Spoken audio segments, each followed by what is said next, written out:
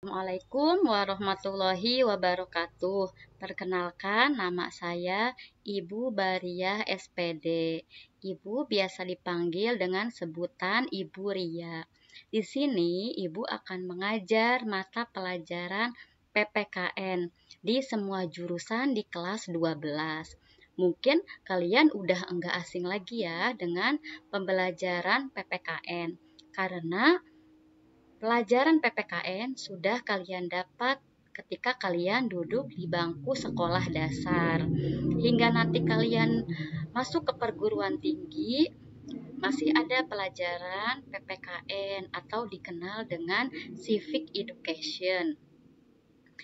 Mata pelajaran PPKN ialah sebuah sarana yang dipakai pemerintah untuk dapat menanamkan nilai-nilai budaya bangsa, serta juga mengenai kebijakan yang bisa menjadi sumber pengetahuan peserta didik, sehingga memiliki kesadaran untuk dapat membangun negara serta bangsa. Adapun tujuan dari pembelajaran PPKN yaitu untuk bisa menumbuhkan pengetahuan atau wawasan serta juga kesadaran dalam bernegara, bersikap dan berperilaku yang cinta tanah air. Peserta didik mampu memahami, menghayati, juga meyakini nilai-nilai Pancasila sebagai pedoman dalam hidup bermasyarakat, berbangsa, dan bernegara. Jadi, tujuan pembelajaran PPKN yaitu untuk mencerdaskan anak-anak bangsa, membina moral, untuk menjadikan kalian peserta didik menjadi anak-anak yang beriman, bertakwa kepada Tuhan Yang Maha Esa, yang mempunyai budi pekerti luhur. Karena kalian itu akan menjadi penerus bangsa di masa depan. Maka dari itu, pelajaran PKN hanya sebuah sarana, hanya sebuah wadah ya, agar kalian mengetahui, berwawasan luas.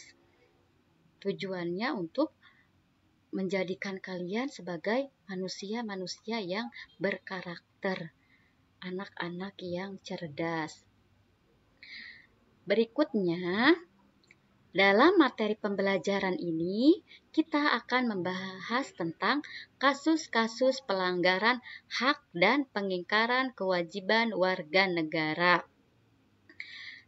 Ibu akan menjelaskan tentang pengertian hak dan kewajiban. Apa sih itu hak? Hak adalah sesuatu yang mutlak yang dimiliki oleh manusia sejak lahir. Adapun kewajiban yaitu sesuatu yang harus dilaksanakan dengan penuh rasa tanggung jawab. Hak dan kewajiban itu sangat berkaitan. Keduanya memiliki hubungan sebab akibat. Contohnya, dalam lingkungan sekolah terdapat banyak pegawai, ya, di mana ada penjaga sekolah, tukang kebun, petugas kebersihan, petugas keuangan, guru, dan sebagainya. Nah, mereka semua memiliki hak untuk mendapatkan pekerjaan. Ketika mereka sudah melaksanakan pekerjaannya, mereka berhak mendapatkan kewajibannya, yaitu menerima gaji atau upah. Contohnya lagi, seperti siswa yang memiliki hak untuk mendapatkan ilmu. Dari siapa yang berkewajibannya? Yaitu dari seorang guru yang akan memberikan pembelajaran atau pendidikan kepada siswanya. Itu pengertian dari hak dan kewajiban. Berikutnya, kita akan membahas tentang hak dan kewajiban warga negara dalam nilai dasar sila-sila Pancasila. Karena ini berkaitan dengan Pancasila, maka dari itu Ibu terlebih dahulu akan menjelaskan tentang pengertian Pancasila. Pancasila berasal dari bahasa Sanskerta. Panca artinya 5, sila itu asas atau prinsip. Jadi ada 5 prinsip. Pancasila adalah jiwa seluruh rakyat Indonesia yang memberi kekuatan hidup kepada bangsa Indonesia. Sifat dari Pancasila itu imperatif atau memaksa. Jadi, suka tidak suka, mau atau tidak mau, siapapun yang sudah menjadi warga negara Indonesia berhak patuh terhadap Pancasila. Karena Pancasila itu adalah pedoman atau pandangan hidup bangsa dan menjadi dasar dari negara Republik Indonesia. Hak dan kewajiban warga negara dalam nilai dasar Pancasila akan diuraikan. Berdasarkan sila yang pertama, yaitu sila ketuhanan yang Maha Esa. Pada sila pertama ini akan dijelaskan tentang hak dan kewajibannya. Hak pada sila pertama yaitu warga negara bebas untuk memeluk agama sesuai dengan kepercayaannya masing-masing. Jadi, orang yang sudah terlahir ke dunia ini berhak untuk memilih agamanya dan kita tidak boleh melakukan diskriminatif terhadap antar umat beragama. Jadi, kita sebagai orang Muslim tidak boleh berkata bahwa ajaran agama kita itu adalah agama yang paling benar, ya. Tidak seperti itu karena menurut pemeluk agama lain pun bahwa agama merekalah agama yang paling benar. Jadi, pada dasarnya sama, ya. Semua agama mengajarkan hal yang baik kepada umatnya. Nah, apa sih kewajibannya ketika seseorang sudah memeluk agamanya sesuai dengan kepercayaannya masing-masing? Yaitu membina kerjasama dan tolong-menolong dengan pemeluk agama lain. Seperti yang kita ketahui, di sekolah kita pun terdapat siswa yang beragama non-muslim. Tapi Alhamdulillah sampai saat ini tidak pernah terjadinya tindak kekerasan atau siswa muslim melakukan tindakan yang tidak wajar terhadap pemeluk agama lain. Berarti itu sudah mencerminkan bahwa kalian mempunyai nilai-nilai budi pekerti yang baik, ya, sebagai siswa-siswi yang baik karena tidak membedakan teman. Alhamdulillah di sekolah ini walaupun berbeda agama kalian tetap rukun karena pada dasarnya kalian mempunyai tujuan yang sama untuk menuntut ilmu. Selanjutnya, kewajibannya yaitu mengembangkan toleransi antar umat beragama. Seperti apa sih sifat toleransi yang dilakukan kepada seseorang pemeluk agama lain? Yaitu dengan cara tidak merusak tempat ibadahnya, ya, tidak mengganggu ketika orang lain beribadah, seperti itu. Kita harus mengembangkan toleransi. Seperti contohnya misalnya di lingkungan masyarakat tetangga kita ada yang beragama non-muslim. Ketika dia merayakan hari Natal, kita tidak salahnya memberikan ucapan selamat. Begitu pula misalnya muslim sedang merayakan hari raya Idul Fitri. Agama yang lain pun boleh, ya, bersilaturahmi datang, mengucapkan permohonan maaf. Itu adalah merupakan bentuk dari toleransi antar umat beragama. Nah, berdasarkan sila yang kedua, yaitu kemanusiaan yang adil dan beradab, bahwa hak setiap warga negara pada kedudukannya sama di mata hukum.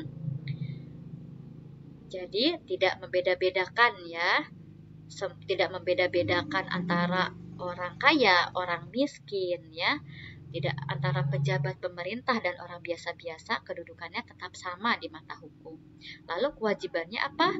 Yaitu harus memperlakukan orang lain sesuai harkat dan martabatnya sebagai makhluk ciptaan Tuhan yang Maha Esa. Kita terlahir di dunia ini tidak boleh sombong. Apa yang perlu kita sombongkan? Karena kita ini adalah sama-sama makhluk yang diciptakan oleh Tuhan yang Maha Esa, yang sama-sama memiliki kedudukan, ya. Tidak boleh beranggapan bahwa orang lain itu lebih rendah daripada kita, ya, atau tidak boleh juga beranggapan bahwa kita itu adalah orang yang paling mampu segalanya. Nah, contohnya apa? Cara kita memperlakukan sesuai harkat martabatnya. Ibu ambil contoh pertama yaitu dalam lingkungan keluarga. Dalam lingkungan keluarga, contohnya yang pertama, seorang anak harus patuh terhadap kedua orang tuanya, harus hormat kepada kedua orang tuanya. Lalu, ketika di rumahnya ada pembantu rumah tangga, harus diperlakukan dengan cara yang manusiawi. Bukan berarti dia sebagai pembantu kita perlakukan seenaknya. Justru dengan kehadiran pembantu itu meringankan beban kita ya yang berada di rumah. Jadi ketika kalian meminta tolong, perlakukanlah dengan lembah lembut, dengan sopan santun. Contohnya seperti apa? Bibi, punten. Maaf, ambilkan sepatu saya. Tolong sediakan sarapan, seperti itu. Jadi banyak ya kasus yang terjadi ketika pekerja rumah tangga yang dianiaya oleh majikannya, seperti itu. Nah, itu yang menganggap bahwa mereka itu adalah orang rendah. Nah, tidak boleh ya dalam lingkungan keluarga memperlakukan orang lain seperti itu. Lalu contoh yang kedua dalam lingkungan sekolah, bagaimana tindakan kita sesuai memperlakukan orang sesuai harkat dan martabatnya. Contohnya, seorang siswa harus hormat dan mematuhi bapak dan ibu gurunya. Kalian tidak boleh berkata kasar, tidak sopan. Apabila bapak ibu guru sedang memberikan pelajaran, kalian malah asik ngobrol, bercanda, main handphone. Nah, itu tidak boleh seperti itu. Perlakukanlah seorang guru itu sesuai dengan martabatnya, ya, yaitu dengan cara dihormati, seperti itu. Lalu, apalagi di dalam lingkungan masyarakat.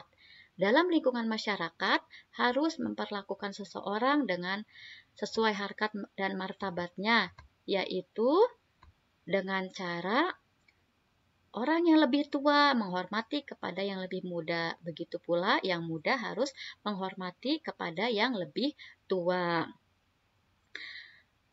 Nah, apalagi itu cara kita melakukan seorang dengan harkat dan martabatnya. Lalu berikutnya, menurut Sila Persatuan Indonesia, menjamin hak-hak setiap warga negara dalam keberagaman, seperti hak mengembangkan budaya. Nah, pemerintah tidak akan membatasi seseorang untuk mengembangkan budayanya sesuai tempat mereka tinggal. Jadi, karena di Indonesia ini beragam suku dan budaya, jadi pemerintah tidak akan membatasi selagi budaya tersebut tidak merusak citra buruk dari budaya yang lainnya diperbolehkan. Nah, contohnya dalam budaya daerah Papua. Di Papua itu ada budaya pesta bakar batu. Pesta bakar batu itu diyakini sebagai pesta ketika seseorang mendapatkan rizki yang berlimpah dan juga sebagai simbol perdamaian. Lalu ada lagi budaya memotong jari, ya, memotong jari ketika mereka kehilangan anggota keluarganya. Jadi mereka meyakini kesedihan, ya, sakit hati ketika ditinggalkan keluarga. Jadi dia harus memotong semua jari-jarinya. Nah, itu merupakan budaya yang sangat ekstrim ya menurut kita, tapi itu diyakini oleh warga Papua. Nah, berikutnya hak dan kewajiban menurut sila kerakyatan yang dipimpin oleh hikmah kebijaksanaan dalam permusyawaratan perwakilan. Rakyat berhak berpartisipasi dalam pemilihan umum. Karena kalian belum melakukan pemilihan umum, hanya di dalam lingkungan sekolah saja, kalian mungkin pernah ya terlibat dalam pemilihan ketua OSIS. Nah, di situ kalian berhak memilih siapapun sesuai hati nurani kalian. Tidak boleh memaksakan kehendak orang lain. Jadi kalian jangan mengiming-imingi ya adik kelasnya untuk memilih si A, misalkan seperti itu. Tidak boleh ya memaksakan kehendak orang lain. Berikutnya yaitu sila yang kelima. Sila keadilan sosial bagi seluruh rakyat Indonesia. Mengakui bahwa hak milik perorangan dilindungi pemanfaatannya oleh negara. Sila ini mengamanatkan bahwa kita harus mengembangkan sikap gotong royong dalam masyarakat. Karena manusia sebagai makhluk sosial yang tidak bisa hidup sendiri tanpa bantuan orang lain, maka perlu mengembangkan sikap gotong royong. Seperti apa kalau dalam lingkungan sekolah? Seperti kalian piket sekolah ya, itu harus bersama-sama. Lalu dalam masyarakat misalkan kerja bakti. Tidak boleh melakukan perbuatan yang merugikan kepentingan umum. Itulah materi yang bisa Ibu sampaikan dalam pertemuan ini. Ibu harapkan kalian tetap menjadi anak-anak bangsa yang memiliki nilai luhur ya, yang memiliki jiwa nasionalisme. Karena pada saat ini perkembangan zaman, era globalisasi yang menuntut kalian menjadi anak-anak milenial. Kemajuan teknologi yang begitu pesatnya mudah-mudahan tidak menjatuhkan norma kalian sebagai anak bangsa. Mudah-mudahan kalian tetap menjadi anak-anak bangsa yang mempunyai nilai-nilai kejujuran, disiplin, dan tanggung jawab. Kalian tetap belajar dari rumah ya, jaga kesehatan. Mudah-mudahan wabah pandemi ini cepat berlalu. Jangan lupa kalian untuk mengisi absen online ya, sebagai bukti kalian telah mengikuti pembelajaran ini. Dari Ibu cukup sekian dan terima kasih. Assalamualaikum warahmatullahi wabarakatuh.